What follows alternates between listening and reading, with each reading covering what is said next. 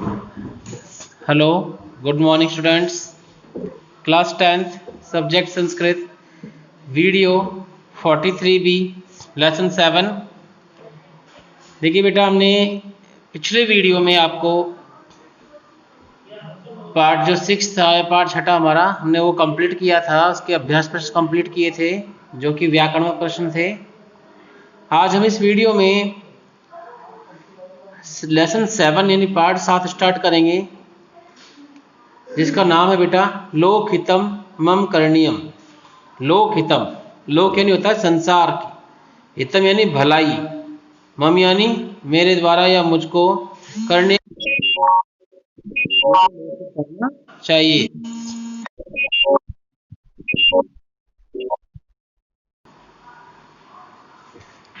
मुझे संसार की भलाई करनी चाहिए।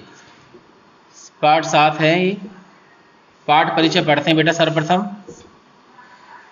प्राचीन काल में संपूर्ण भारत में बच्चों से लेकर वृद्धों तक संस्कृत वाणी का प्रसार था।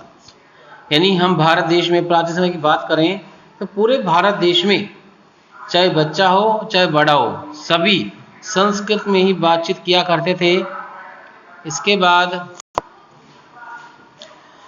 बाद बहुत समय तक उत्तरोत्तर घटती हुई यह क्षीण हो गई और धीरे धीरे यह क्षीण यानी कम होती चली गई। आजकल फिर यह कुछ बढ़ती हुई नजर आती है।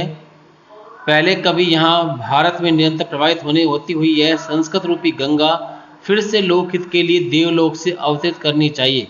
यानी कि संस्कृत भाषा जो कि बहुत ही, हम इसे देववाणी भी कहेंगे, देवताओं की बातचीत का भाषा का भी कह सकते हैं बेटा हम इसमें।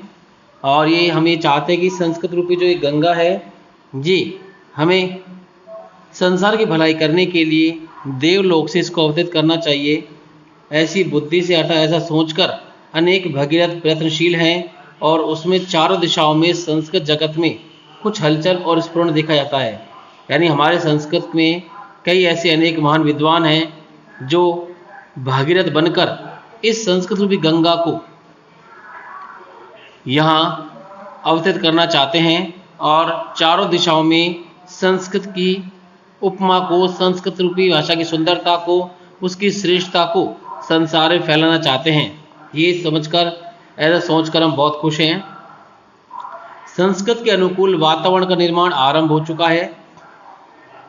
बहुत समय के उपरांत विद्यालयों में पढ़ते हुए छोटे छोटे बालक भी यहाँ वहाँ तहाँ संस्कृत में संभाषण करते नजर आते हैं। यानी अब इस समय ऐसा लगता है कि संस्कृत की भाषा का प्रचार दोबारा शुरू हो चुका है। छोटे छोटे बच्चे भी यहाँ वहाँ संस्कृत आपस में बातचीत करते नजर आ रहे हैं। बच्चों के आकर्षण के लिए संस्कृत गीत भी एक सरल उपाय है। उससे संस्कृत भाषा का संस्कार भी अनायास हो जाता है।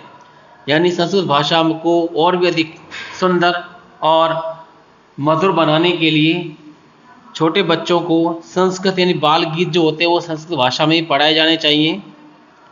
कुछ विगत वर्षों में अनेक प्रकार के नए संस्कृत गीत रचे गए हैं।